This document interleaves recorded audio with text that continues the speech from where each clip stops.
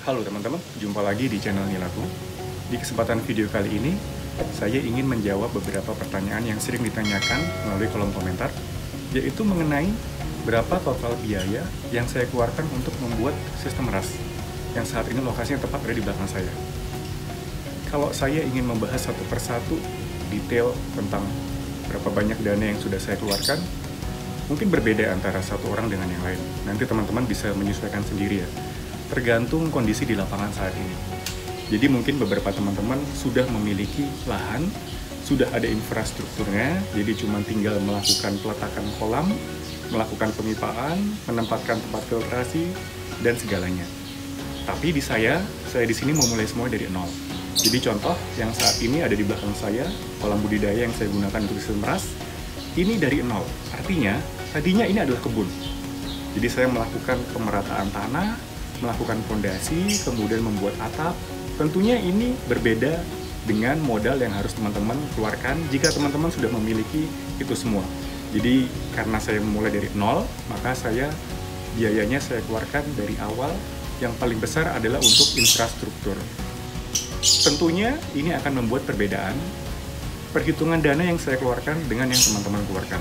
Disesuaikan saja dengan kebutuhannya. Yang paling dasar, mungkin biaya yang sama adalah harga kolam, harga pompa air, harga pemipaan, bahan-bahan media filtrasi.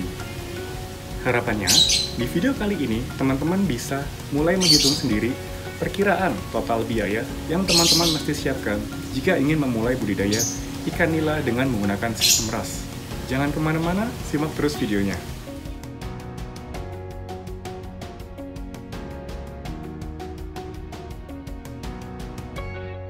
Pertama-tama kita akan menghitung biaya yang saya keluarkan untuk membuat instalasi pipa. Di sini saya menggunakan kombinasi pipa dengan diameter 1 inch dan setengah inch. Dan untuk aliran airnya, di sini saya menggunakan pipa 1,5 inch. Nanti mungkin di belakang saya akan memberikan kesimpulan berapa banyak pipa yang saya keluarkan untuk membuat instalasi pemipaan untuk sistem RAS yang ada di sini. Selain itu, kita juga memperhitungkan pengeluaran yang harus kita keluarkan untuk pembelian alat-alat pendukung agar sistem RAS ini dapat bekerja dengan baik. Di sini adalah contohnya seperti batu aerasi dan selang-selang aerasi.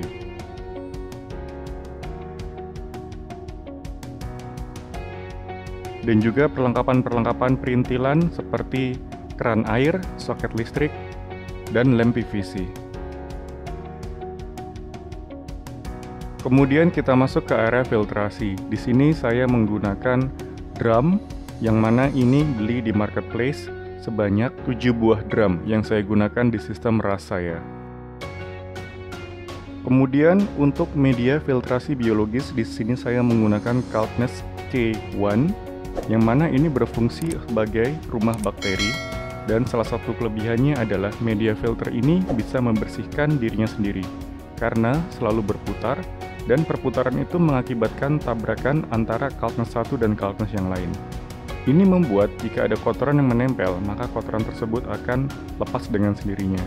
Jadi, Kaltnesh ini hanya berisi bakteri-bakteri yang muda dan kuat, karena bakteri yang lemah akan terlepas dan akan tergantikan oleh bakteri-bakteri yang baru.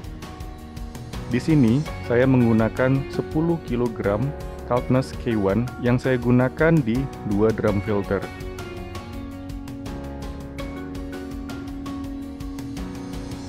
Kemudian ke media filtrasi selanjutnya, di sini saya menggunakan karang jahe yang berfungsi sebagai stabilator pH. Dan di sini saya tempatkan di ruangan yang tanpa aerasi sehingga harapannya bisa menciptakan kondisi yang anoksik agar bisa mengolah nitrat lebih lanjut. Karang jahe yang saya gunakan di sini total sebanyak 45 kg. Rincian harganya nanti saya sampaikan di belakang. Kemudian berbicara mengenai filter mekanis. Di sini saya menggunakan kombinasi antara jaring nelayan dan brush filter.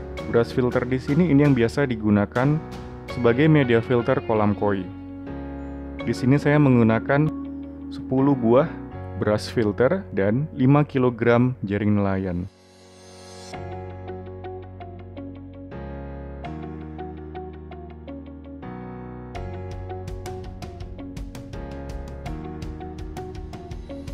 Kemudian kita masuk ke komponen harga berikutnya, yaitu bag fiber itu sendiri.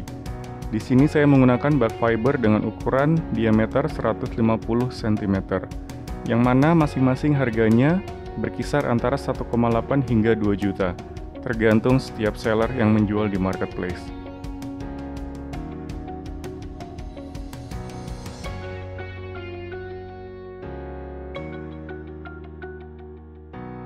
Lalu sebagai infrastruktur tambahan, saya juga menyiapkan persiapan untuk talang air. Di sini walaupun belum ada tandonnya, tapi sudah saya siapkan untuk antisipasi ketika suatu saat kolam ini akan diperlebar, maka air akan diendapkan terlebih dahulu di toren. Kemudian berbicara mengenai komponen infrastruktur yang lain, saya menyiapkan paving block untuk landasan kolam-kolam ini, sehingga ketika ada air yang netes atau air tampias hujan, ini bisa langsung terserap ke tanah. Lalu di sini saya juga mengalokasikan dana untuk membuat sumur bor yang baru yang akan dihubungkan ke semi jet pump yang kapasitasnya 250 watt yang bertujuan untuk melakukan pengisian air ke kolam-kolam budidaya. Dan juga untuk pemasangan atap, di sini saya menggunakan baja ringan, yang mana ini berfungsi sebagai rangka atap itu sendiri. Kemudian sebagai penutup dari panas, ini saya mengkombinasikan paranet yang saya letakkan di bagian atas dan juga di samping, agar menahan panasnya sinar matahari yang masuk dari atas dan dari samping.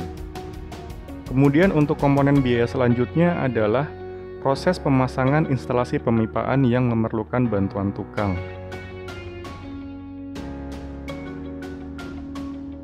Dan juga jangan lupa yang paling penting di sini saya memisahkan instalasi listrik. Jadi di sini saya membuat instalasi listrik yang baru dan ini terpisah dari instalasi listrik rumah tangga.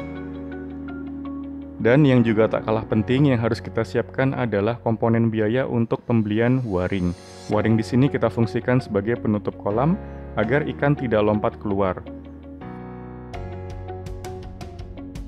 Komponen budidaya pendukung lainnya adalah mesin aerator. Di sini saya menggunakan Resun LP100 yang berfungsi selama 24 jam. Dan juga untuk mesin pompa air saya menggunakan Lifetech dengan kapasitas 12.000 per jam. Karena ini berfungsi selama 24 jam, maka pastikan membeli barang-barang berkualitas.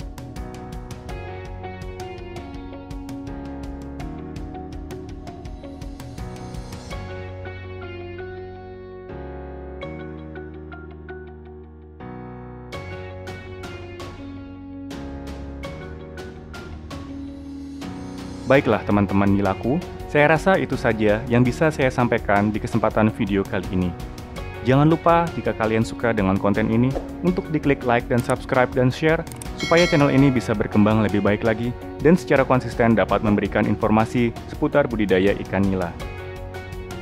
Akhir kata, terima kasih sudah menonton video ini, sampai berjumpa di video-video selanjutnya.